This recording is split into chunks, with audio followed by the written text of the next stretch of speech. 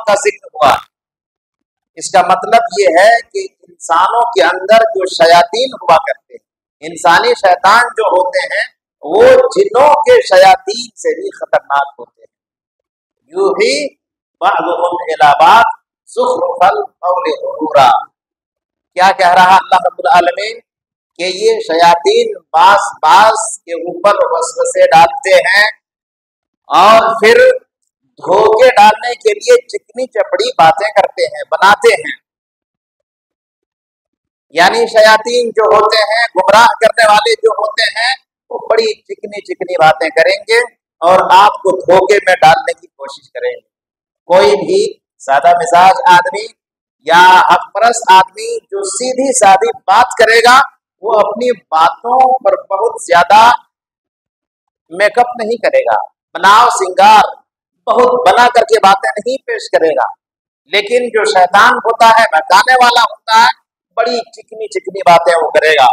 चुनांचे अल्लाह यही कह रहा है ज़ुख़्रुफ़ल क़ौलि ग़ुरूरा, कि वो ऐसी ऐसी अच्छी और मीठी मीठी बातें करेंगे और मकसद क्या होगा? सिर्फ धोखे में डालना मकसद होगा। तो अल्लाह रब्बुल आलमीन ने ये बयान फरमाया। फिर आगे चल के कहा वतम्मत कलिमतु रब्बिक, कुरान के ताल्लुक से कुरान की 3 सिफतों को बयान करते हुए कहा वतम्मत कलिमतु रब्बिक सिद्क़न व अदला ला मुबद्दिल लिकलिमाति रब्बी व हुवस समीउल अलीम। यह बयान फरमाया अल्लाह सुब्हानहु व तआला ने कि तुम्हारे परवरदिगार की बात जो है, यानी कलाम मजीद जो है, ये सिद्क़ पर मबनी सारी बातें इसकी।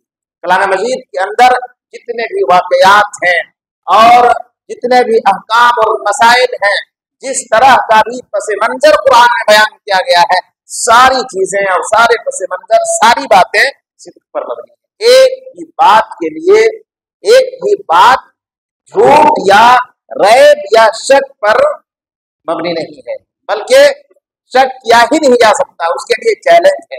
आगे अल्लाह रब्बुल आलमीन ने कहा वह अदला, और इसके सारे अहकाम, सारे मसाइल जो है अदल और इंसाफ पर कायम। कलाम मजीद के जितने भी अहकाम के मसाइल हैं, सब अदल पर, इंसाफ पर हैं। आगे कहा ला मुबद्दिल लिकलिमाति रब्बी, कि अल्लाह रब्बुल आलमीन के इस कलाम के अंदर जर्रा भर भी तब्दीली नहीं हो सकती।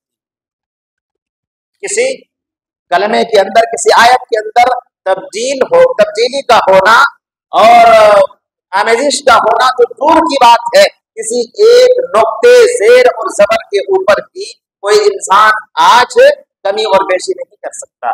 आज कितने बच्चे, इतने हुफ़ाज़ और इतने मुहाफ़िज़ीन दुनिया के अंदर हो गए, और सबसे बड़ी बात यह है कि इस कलाम मजीद की हिफाजत की जिम्मेदारी अल्लाह रब्बुल आलमीन ने रखी है।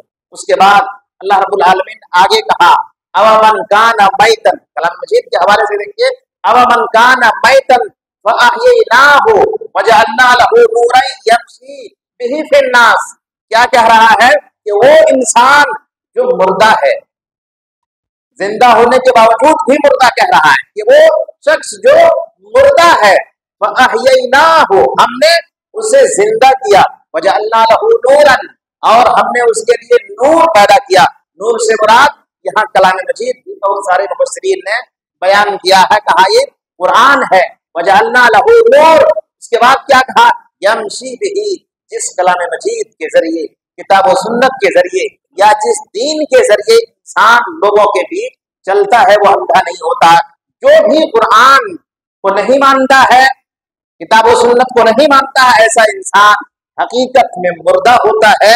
लाख वो जिंदा आपको नजर आए चलता फिरता, लेकिन हकीकत में उसकी रूह के अंदर जो असली रूह हुआ करती है, रूह की रूह जो होती है, वो नहीं हुआ करती है। अल्लाह रब्बुल आलमीन कह रहा वजअलना लहू नूरन यमशी बिही फिन्नास, लोगों में जो चलता है इस नूर के सहारे से।